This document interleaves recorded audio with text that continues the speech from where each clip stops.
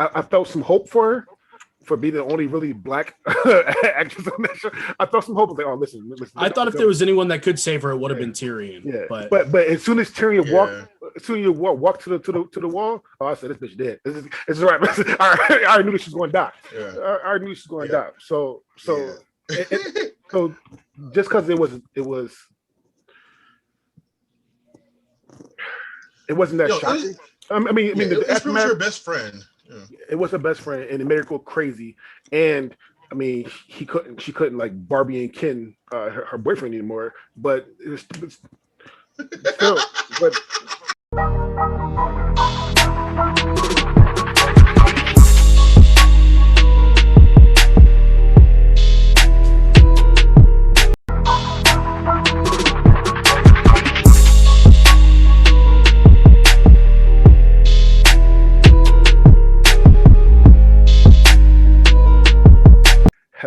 Hello. Welcome to Mash Debaters. My name is DeAndre Robinson. And before we get to everyone else, I need to say rest in peace to Paul Mooney.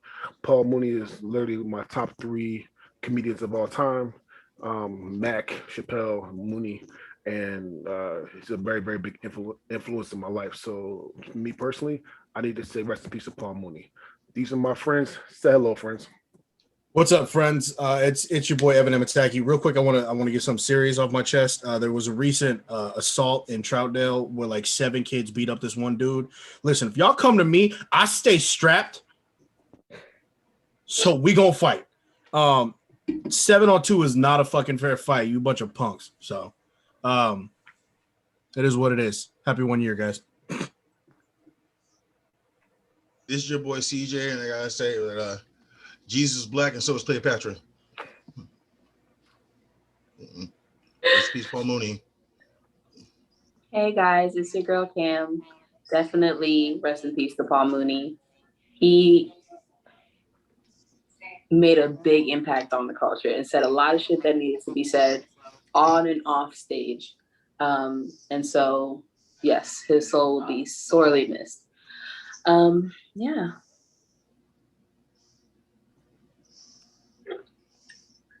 And I'm Joe Barrett, back for the 1 year anniversary show. And I would just like to say, seeing you all again, we've all aged horribly. Thank you.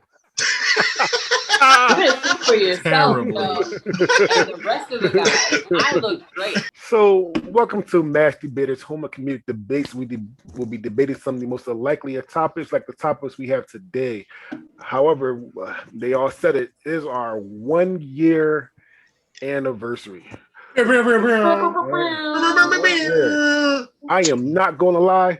I didn't think we were going to get this far. Fuck no. So early last year, during the pandemic, Evan and I did this top 50 Mad Poker show. It was highly regarded. It was very controversial, to say the least. Oh yeah, definitely. However, it was fun doing it, and I like talking shit. So my idea was to start a podcast, but not just about. I didn't want to do it about race. I didn't want to do it about the news. I didn't really want to do it about sports. I just wanted to have fun. So I just started to, and anybody that's seen my Facebook or Twitter knows that I asked them the most interesting questions. So that's one word for it. That's a word, yeah, interesting. So I decided to make this a podcast. And then people want to fight. And I decided to call it Versus. Check the shirt. Oh shit, old school. We called it Versus. First, it was myself, CJ, Evan, and what's his name? Brandon Lahore. Brandon. And shout out to Brandon, but he had some things he had to do with his life, so he couldn't do it. But then Joe came. And Joe was amazing. Joe brought a little bit of flair that we actually definitely did need. However, then Joe had to leave as well for his life. And we like I said, we all wish him the best of luck. With However, Brandon. Yeah. With Brandon. However, we're together now. However, the lovely Cam did was the first guest on the show, and she did an amazing job. Yeah. So Cam was our first guest, and then she stayed on, and we asked the audience to change their name from versus to mass debaters. Okay, it's actually a close second was opinions. up in young. Opinions. Up in young. Courtesy of David Foster. David Foster. Yeah. However, to the bottom of my heart, for you, Evan, CJ, Cam, Joe, Brandon, Broadway, Senate, Brandon's wife, Tanika, Angela, Angela, Angela Banks, Paul. Paul Was there. His name wrong. Ethan? Hi, I'm Paul. Was it Ethan? How you get Paul wrong? Paul, yeah, just Paul. No, didn't we have Ethan too? Who's Ethan? Or No, we didn't have Ethan. he's one of the ones who just was like not too long ago. I added him on Facebook because of this. Oh, no. It was Edgar. Edgar. Also Edgar. It would not be good on the episode if he was here. And on the thank you episode, you go, who's Ethan? So Ethan just chilled in the back like. I want to thank you from the bottom of my heart. Y'all actually made this possible. I love you all. Thank you so much. I have fun every week doing this. I have fun editing this. I have fun promoting this. He says he has fun, but he's in the chat like, man, I'm tired. I'm always just because I'm tired. Listen. Why the y'all talk so much? Listen, hey, from like DeAndre said, from the bottom of my hearts, for everyone who's been a part of this from the beginning to my neighbors for not complaining about me yelling for 3 hours on a Thursday night. The only thing I regret is listening to Paul talk about linguine with clams. With that being said, we also want to thank all the listeners that listen on all the podcast sites and everyone that look at us on YouTube. So thank you so much from the bottom of our heart. It's been a fucking year. Thank you guys. Share with your friends. Yeah. And don't forget that this serves as proof that once you go Cam, you never go back. With that being said, all right, yeah. Go ahead, CJ. Wait, hold on. Yeah. No, yeah. Get emotional. Get emotional. Go ahead. fuck y'all. No, I'm not gonna cry. You're crying. This really helped me out a lot because I have major stage fright, and this has helped me get out of my comfort zone, and it's something different, and I love the show. I just love the show. I love hanging out with you guys. CJ, didn't this show bring both you and mine first trip to Vegas, like real trip to Vegas? Yes. Because of this show? Yeah. It's crazy. Because of the show. Yeah. Oh, and I got to give a couple shout outs to, Ace Lover and Killer Tomato. I just appreciate that, like, everybody was so, like, everybody who was already listening before I got onto the show was so, like, welcoming and nice to me, because they could have just been like, who's this bitch? Like, return to sender. But everybody's been, like, super welcoming and super, I don't know, it's just super, like, accepting. And so I appreciate that from you guys and from the people who watch and comment and share and, participate and stuff like that. So it's all love. So with that being said, we'd like to thank Joe for being here for the anniversary. It wouldn't be the same without him. I actually, I'm not gonna lie. Thank Cam for thanking Joe because she put that in our head. But thanks Joe, because Joe was an amazing part of this podcast. So thank you so much. With that also being said, it is somebody's birthday this week. Oh my goodness. Cause he's old as fuck. Oh my goodness. Listen. I'm trying to tell you, CJ's getting 100 birthday hits. I thought it was his 167th. Other 178. Anyway, he's a centennial centennialian or whatever it is. Why you leave me, Joe? He's a geriatric. We'll just go with that. Yeah. See what I do now that you left? I just hope when I'm your age, I look as good as. No, there's no end to that sentence. Sorry about that. What are you talking about? Damn. So why they doing you like this, CJ? I passed for a 30-year-old the other day, so I'm happy. Somebody, she was born 130 years old. Man, fuck you. Was she blind? Anyway, but You guys supposed to be nice to people on their birthday. You know that, Yeah, I'm right? pretty. Shit, what world you in? Yeah, nobody be like a birthday. You Yeah. Oh, okay. Well, in that case, it's all. I'm trying to help you, CJ. No. I'm used to. I'm ready because like, you the meanest you can be to somebody on their birthday. That's just all right. So I want you guys to know that rule does not apply to my birthday.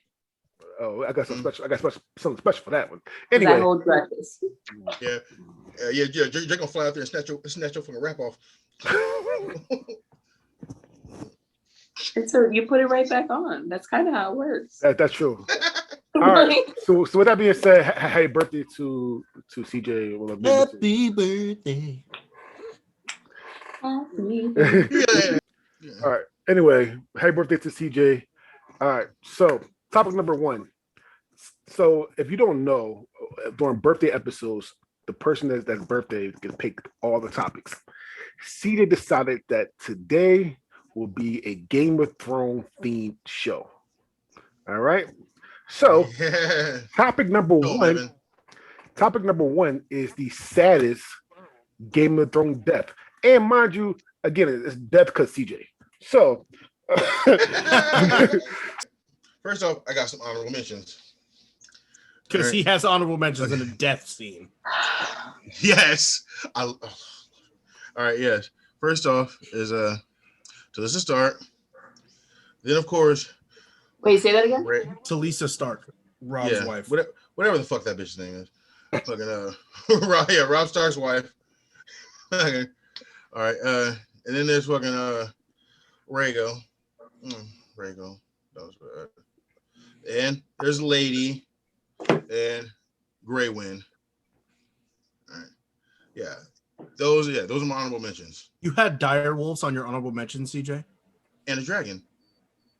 Well, yeah, but the dragon death is dope as shit. But I'm just saying. That's another day. Saddest deaths. Yes. Okay. Saddest deaths, yes. All right. Now going into like my actual pick.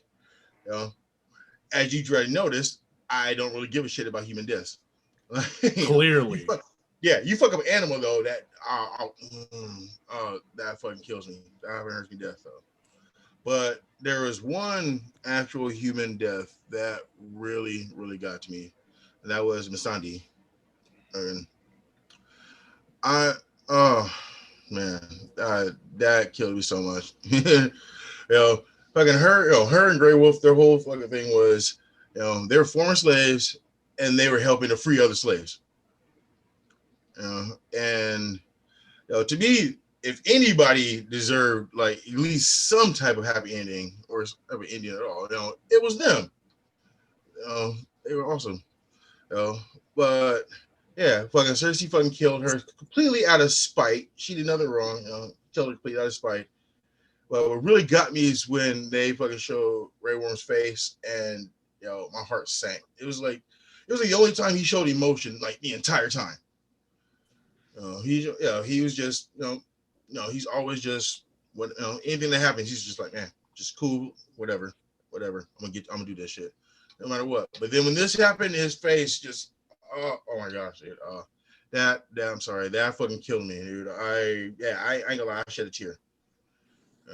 But yeah, dude, like human deaths don't really faze me that much. But that one got me though. For reals. I would like to point out that even though it's his birthday, he still fucks up sometimes. He originally called him Grey Wolf, but then he fixed it and called him Grey Worm. No, Grey Wind was my honorable mention. No, you said Grey Wolf when you first talked about Grey Worm. Yeah, I'm just saying. Oh, I did? Yeah. Oh, my bad.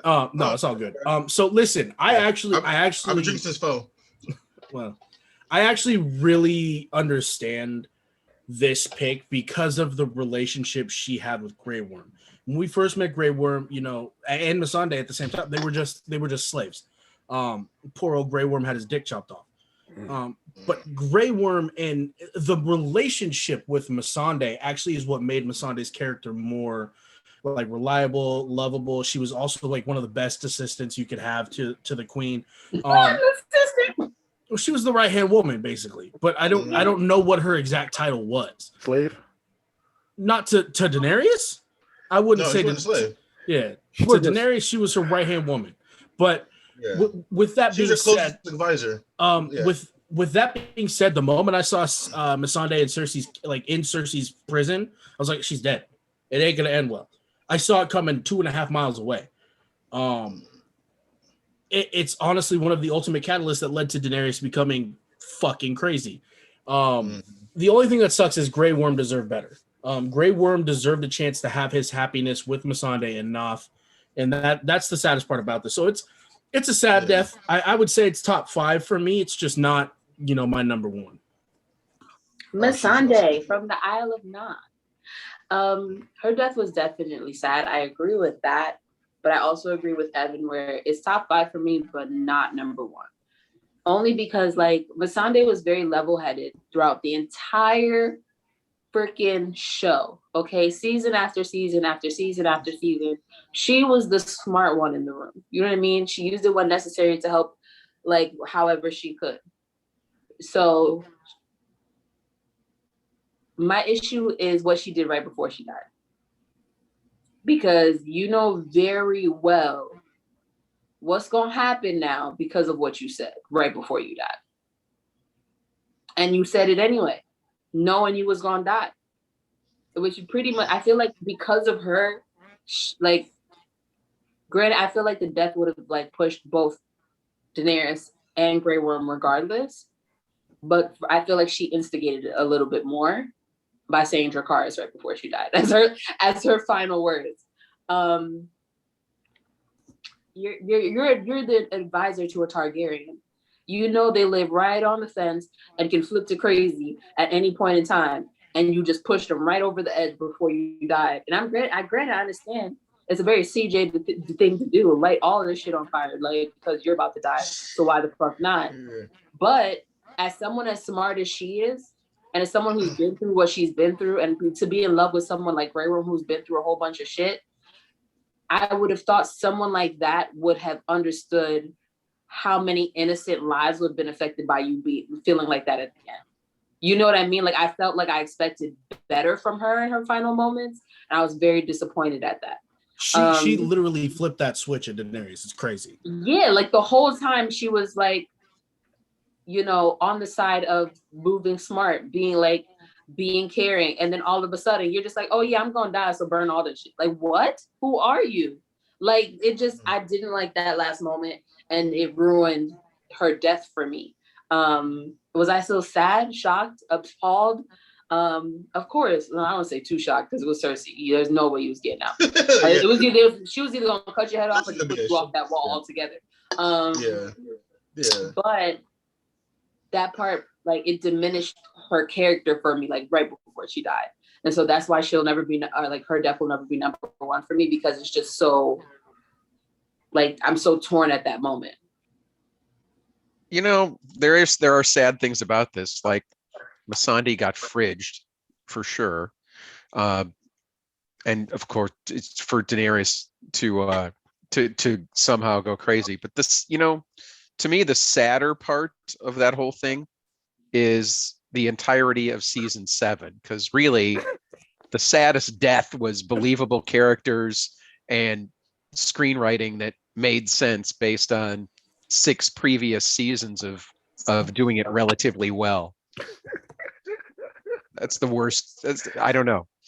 I don't have really. I thought season 7 was awesome. It was season 8 that was fucking garbage. Again, I didn't mind season 8 up until the end. That's what I meant. 8. Yeah.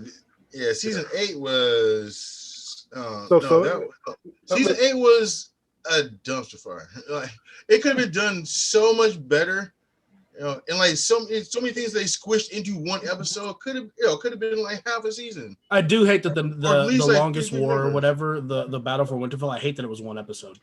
Thank you. The Battle for Winterfell should have been at least 3 episodes, and then 2. Had more leading up to. You could have been expanding on things leading up to it. The whole season, technically, real shit. Maybe they were running out of money for a contract. Season 8 should have been 3 seasons at least. All right, that's an expensive season. So I'm not going to beat a dead horse. Everybody said I didn't. you could see it coming, like from a mile away. But as soon as Tyrion walked, Oh yeah, once she was captured, yeah. yeah. But I felt some hope for her for being the only really black actress on that show. I felt some hope. I was like, oh, listen. I thought if there was anyone that could save her, it would have been Tyrion. Yeah, but but as soon as Tyrion Yeah. as soon as you walk to the wall, oh, I said this bitch dead. This is right. I already knew she was going to die. Yeah. I already knew she was going to Yeah. die. So Yeah. so just because it wasn't that Yo, shocking. I mean, yeah, the it's pretty much aftermath, your best friend. Yeah. it was her best friend, and it made her go crazy. And I mean, she couldn't like Barbie and Ken, her boyfriend anymore. But it's still, but that was really about it. Oh, That was made it sad. Well, I mean, like, in the show, they imply that they don't know what's left. So he Yeah, could they have don't- like a nub like that still gets maybe the he was job door done. knocking her. Okay. I don't have any really honorable mentions because there's a lot of deaths in this show that suck. My pick was Hodor. Hodor, it hit me different, man. Like I really thought Hodor was gonna be there till the end, being the lovable oaf that he was. But the fact that Hodor was willing to sacrifice his life basically to make sure that Bran survived, and then we find out that Bran was the reason Hodor was Hodor. It just hits you right in the feels because Hodor, shout out to the guy who plays Hodor. He's a DJ in the Netherlands. He made that character lovable. He reminded me a lot of like, even though he's not on the level that Groot was in the Avengers and stuff and Guardians of the Galaxy, but he's that one word character that was just like, all right, let's have a good day today. He was just Hodor. So Hodor is my pick. So I definitely love me some Hodor. You definitely get the mind blown part, like the episode prior when you realize why Hodor can only say Hodor. Thank you, Bran, for fucking that up. This motherfucker that y'all made king. Bran's dead. We'll get to that later. Mhm. We're not even gonna touch that right now because Yeah, we that's get- a whole nother rabbit hole. That's the third topic. I got it.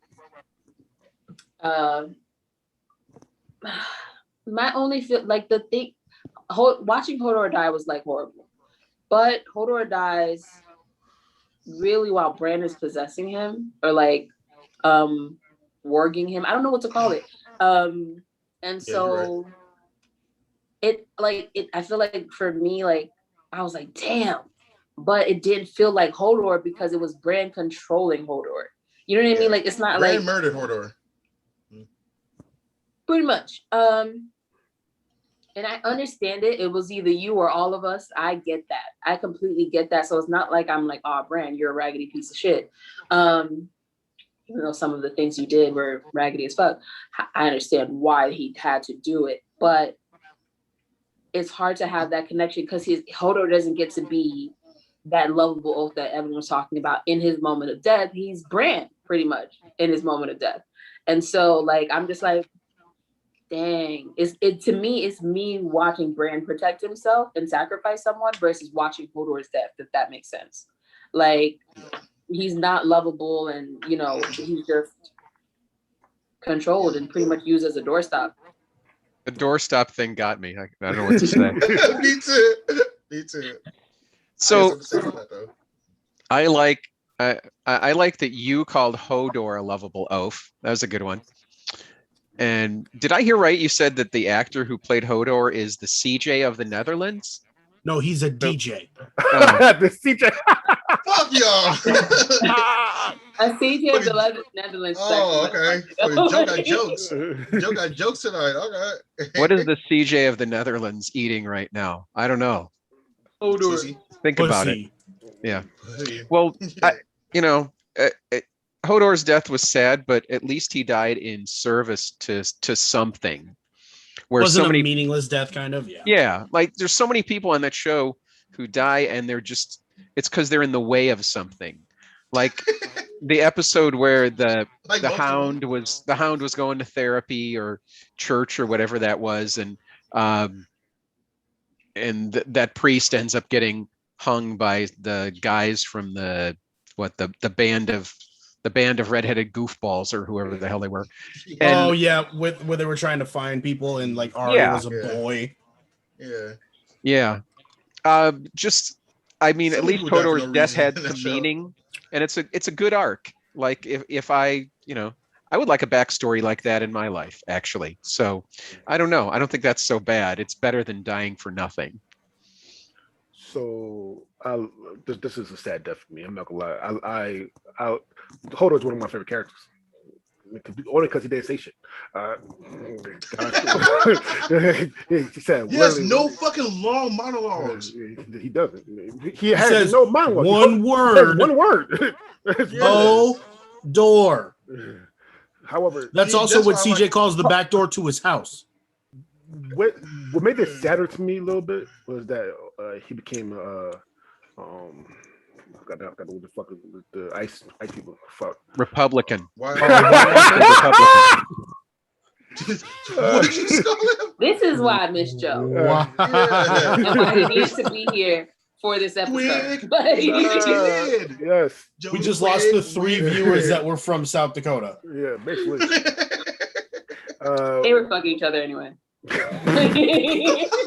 So Hodor became a White Walker, that made me a little more sadder because he technically didn't actually. I mean, yeah, he's a zombie technically, yes, but technically he's still alive, and which that was the only thing. He's a White Walker, but he died though in the thing. But he really didn't die at that point in time where everybody think he did because he became a zombie. I guess zombies are dead, yes, but he's still moving around. Basically, the same person. Dre's like, he's not dead. He's just cold as hell.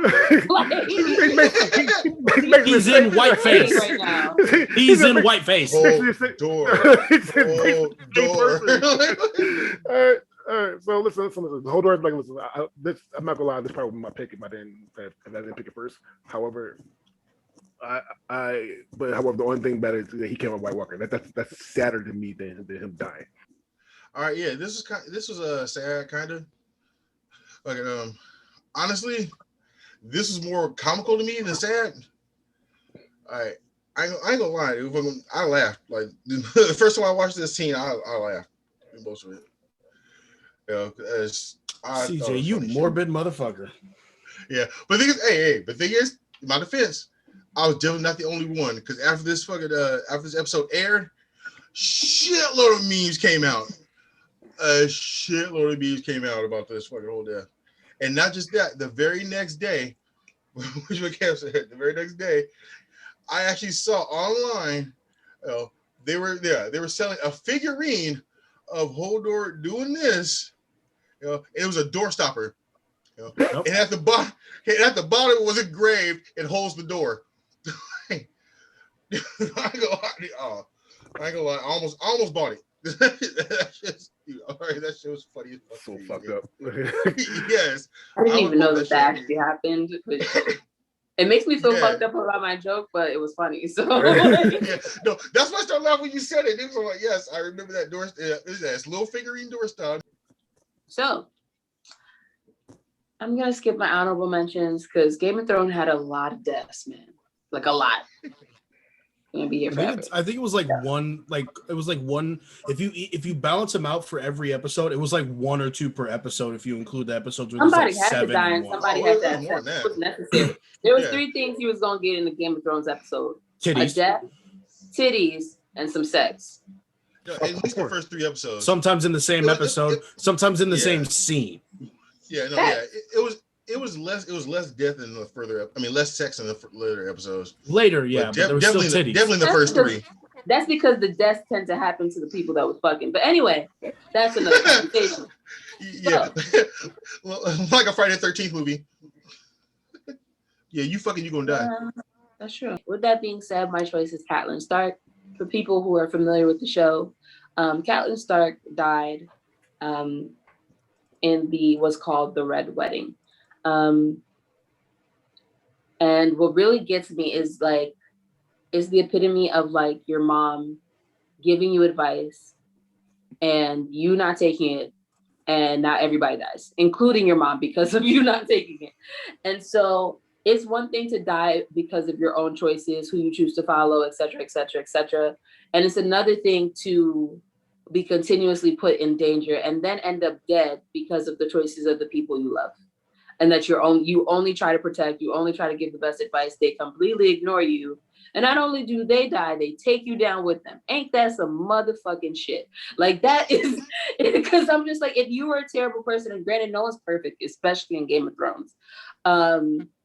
But for a lot of the times, for you not to be the one causing the fucking drama, but being the one to have to pay the price every damn time, and then ended up being with your death at the end. Like, it was just like, I felt like she continuously got the short end of the stick. Did she make some stupid choices? Yes, but that's not what we're talking about right now. And so it kind of was just like, I felt like it was a little undeserved, even to the last moment where she was just like, look, I might die here, but like, I'm going to put this last couple of effort into trying to save someone. And then still, again, that person just standing there and just letting y'all die. Like it was just very sad to see, like, you caring so much about someone who wasn't giving you that same energy and it leading to your death. Like, that shit really bothered me. And so that is why she is my choice. I would love to go along with this, but I have a technical point. She's not dead because Lady Stoneheart. Just because she wasn't on the TV show, she was still in the books. She was lurking out there. So in the book, she comes back. In the books, she comes back. She's almost kind of zombie-like. They found her in the river like 3 days later, and she runs with the Brothers Without Brains, those guys, and she points that bony ass finger of death at somebody and they get whacked. And just because they chose to leave that out of the show, again, weak screenwriting, I'm going to just disagree, because she's still out there somewhere. There's going to be a spin-off series and she's going to be there. So I'm not going to give this I can't fuck with him. However, I mean, on topic number 3, this, I will say, this is my favorite scene of all Game of Thrones. Literally, the Red Wedding is hands down my favorite scene in the whole Game of Thrones. Everybody get murked. That's what I'm talking about. Everybody got died. Everybody got died. However, Kim is right though. Kim is right. She died because her fucking prideful. Everybody died because her prideful son. Even the much about this. No, even his baby mama and his kid. Oh my God, that was the worst part of the fucking episode. When Alexis and I were watching that, and Alexis was pregnant at the time we watched it, and he just comes up from behind, murk. I'm like, the belly first. Like, they were like, even if you don't die, this baby has to die. Yo, that shit was shocking as a motherfucker. And then just try to save the son. He said, "I can get had the girl. I can get another one." he specifically said he's a grandson. He doesn't matter. Yo, real shit. He gave him the Nino Brown shit. Cancel that bitch. I get another one. Give you another one. And then Merker's son. Then she got her slit throat. Like, listen, it is sad. I'm not gonna I can't fuck with it. It is sad, but it is her fucking dumbass son's fault.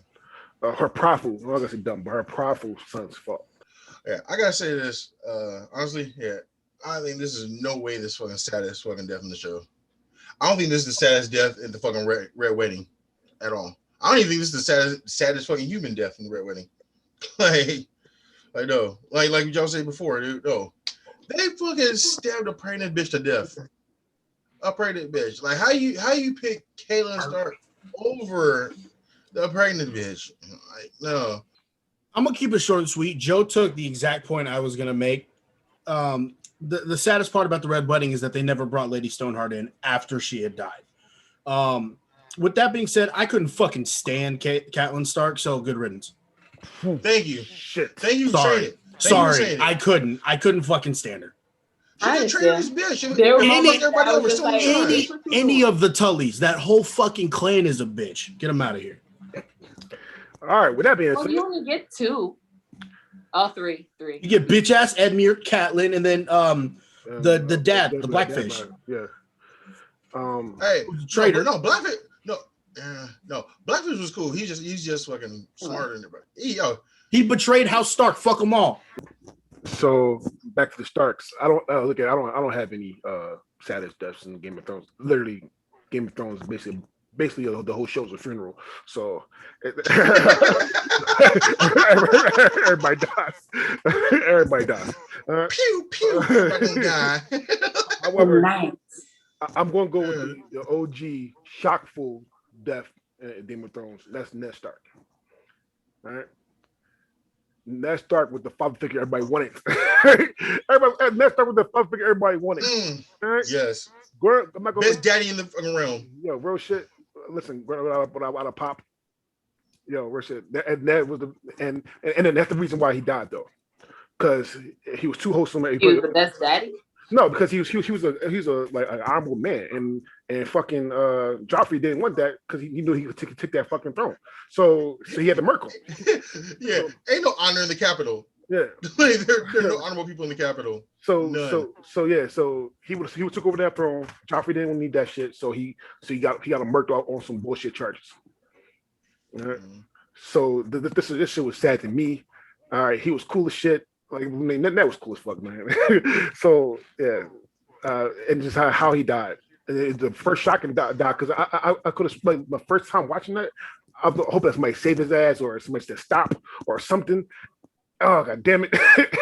And nobody came for him. Nobody came for him. Nobody helped him out. Oh god damn it! RP to Ned Stark. Honestly, yeah, I didn't feel as difficult and sad at all because it was too predictable to me. It's too predictable to be sad. The thing is, it sucked though because I was rooting for dude. I was team Ned Stark all the fucking way. I was rooting for that motherfucker. Like you said, yeah, he was. Yes, dude, I was Ned Stark all the way. Every twist turn, I'm like, yes, get him Ned. Come on, get him Ned. Get him Ned. It's like it was up until he fucking trusted Littlefinger. I'm like, never trust that bastard. Fuck that bitch ass. Fuck that bitch ass Littlefinger. Yeah, Susie. Out the moon door, bitch. Yeah, as soon as he fucking trusted Littlefinger, I'm like, all right, he dead. It's done. It's over. It's a wrap. And I was just counting down until they killed him. It was like there's only one person in the whole series of Game of Thrones that can fucking trust Littlefinger, and that's why Caitlin Stark. Other than that, he's fucking everybody over. I can't fuck with it. Listen. Really? Ned Stark. 97% of the show would have been fucking different if Ned Stark survived. It might be in a good way. Exactly. Yes. Let's be 100% real. That Ned Stark would have single-handedly changed shit around King's Landing. Mm-hmm. And it is what it is. They got him out of there because they knew exactly that. He was a threat to the power. With that being said, it's Sean fucking Bean. Everything he's cast in, he damn near dies. So I knew it was going to happen. It still didn't. Everybody around Sean Bean dies. It still doesn't make it any less sad to me. Ned was, like DeAndre said, he was the loyal, the prideful, the best father you could find, because the other examples were Tywin, Robert Baratheon. I mean, let's be real. Fucking Aegon Targaryen was a father. I mean, you had Khal Drogo, who he was a father for about a half a second. And then, I mean, the dude from the Iron Islands. Been a good dad, though. Yeah, Khal Drogo would have been a good dad. Oh, and Roose Bolton. There you go. Those are your examples. Oh, no. Ned was... I always love hearing people starting out Game of Thrones for the first time and really liking Ned Stark, and I'm just like, give it a season, bitch. Give it a season. Yeah, he's not gonna make it to the end, bro. I can't fuck with it. Ned Stark was my favorite character up until he died, obviously. Joffrey, a little punk ass bitch. Catch me in the street, Joffrey. We throwing hands. I'm gonna smack you in the face like Tyrion did, bitch. All right. Yo, real shit. That's why he doesn't act no more. Exactly. He would run up on him in the streets in real life. But that's the thing. Him and Ramsay. But that's the thing. If you play your character so good that people hate you in real life, you did your job. You made him quit acting. No, he quit acting. He quit acting. Look, people still run up like, yo, catch these hands. People trying to fuck him up. Yeah. Oh, man. People run up on him all day, every day. I don't know what the fuck y'all talking about. Best dad in the fucking world who puts his honor above the lives of his children. Listen, I'd rather have a fucked up dad who's gonna save my motherfucking life versus one that'll let me die because he wants to die honorable. Fuck that shit. That shit is not something I want, okay? Ned Stark had all the pieces to the puzzle and couldn't read the fucking message. How the fuck you think that previous hand got killed? You follow his footsteps, you figure out why he got killed, and then you give the people that you think killed him a chance to confess. Bitch, what are you doing? She said, I'd rather have Walder Frey as a daddy. Why would you even let them know that you know if the previous person who let them know that they know got murdered? What did you think was going to happen? What was your plan? I agree. I totally agree. One does not simply walk into King's Landing. Sorry. Like, and on top of it, it's not like it's just, okay, you're by yourself. You know your family is here. You know who else's lives are on the fucking line. And what are you worried about? Your best friend who dragged you here to begin with, even though he knew you didn't want to be here. You care about him more than he cares about you. And it kills damn near your whole family and ripples dominoes affects this whole fucking problem. Okay? The show makes you love Ned Stark in the beginning. Obviously. That is not something that you're like, dang, I understand. Dang, I like you empathize, you understand, you like see his point of things. But at some point, I need you to be smart enough to read the writing on the wall, bro. Like for real. Like that shit was very like it bothered. He made a bunch of stupid mistakes at the end. Because he's not younger. Like there are other people who they don't know. You know what I mean? They've never been. You've been in a war before. You know the family that you're dealing with. You don't even trust them. You said that from the rip. You didn't even want them to come to your house. And yet, all of a sudden, you get down there in their territory and think that it's all going to be smooth like you're at home. I didn't like that. I didn't like that at all. And again, especially if he wanted to be honorable with just his life, cool. But you done drag your 2 daughters down here with you, the most vulnerable out of all of your children. And then that's when you want to gamble. That don't even make no damn sense. And then who are you going to trust? The most untrustworthy person in the fucking channel. Like, it sounds stupid when you say it that way. Yeah, right. You trust Littlefinger, who you know if you were never around would probably have been who your wife was with, and you know he don't like you, and you know he has a reputation for turning on people, and that's and he who told you like, to not trust him.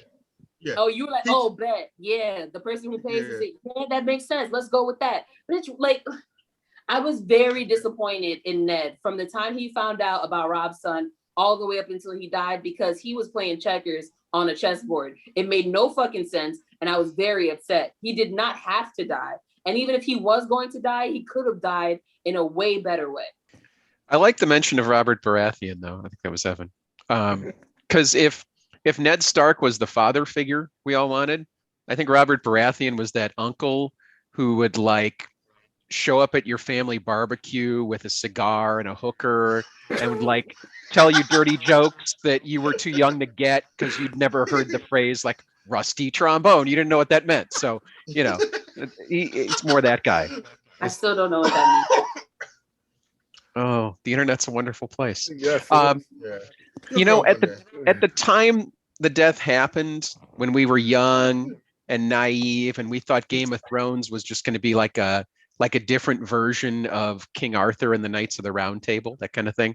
That at that time, it was sad, but I think after getting just bludgeoned by murders week after week and getting anesthetized to it, it took like someone's wife becoming Purina dog chow to get our attention again. So yeah, it was kind of sad at the time, but if you take the whole series, I don't think it adds up.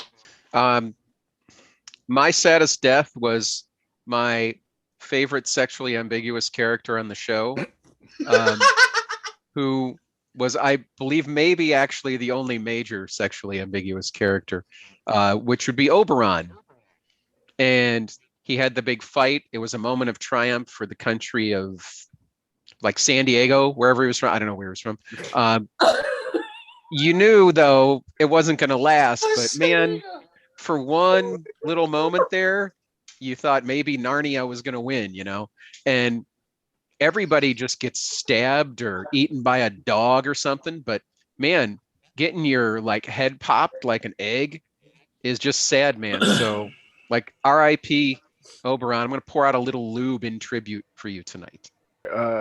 And I know this going to be another topic. This person will come up in the next topic. However, this is the dumbest fucking death. One of the dumbest fucking things I've ever seen in my life. The only reason why this is so fucking stupid because you had the win. You had the fucking win. It doesn't matter what he did in the past. You revenged that win. You killed this bastard. You had the fucking win. It was over. It was done. You know what remind me of? God honest truth. This remind me of WWE now. This remind me of WWE now, where you had the motherfucker done, and then you started fucking showboating. Oh my God! You have the win, and then Roman Reigns stands up. I'm gonna spear him again. Yeah. Ooh. And they get the small package 1, 2, 3, you lose. This is the dumbest shit ever. You had to. I don't give a damn what he did in the past. You revenge him by you squeeze his head. You mud stomp the shit out of him.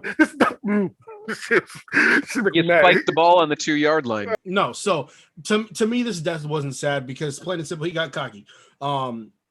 With that being said, thank you to the Mountain for killing Oberyn Martell because it allowed him to go to Narcos, which then allowed him to go to the Mandalorians. So much appreciated to Half-Throat Julian Bertha, aka the Mountain, the Mandalorian, for killing Oberyn Martell, aka Pedro Pascal, aka yes, the most sexually ambiguous character in Game of Thrones, other than Brienne of Tarth. Yeah, no, you guys get how I feel about this. I don't like people counting their chickens before they hatch. Like eggs that get switched. Yeah, like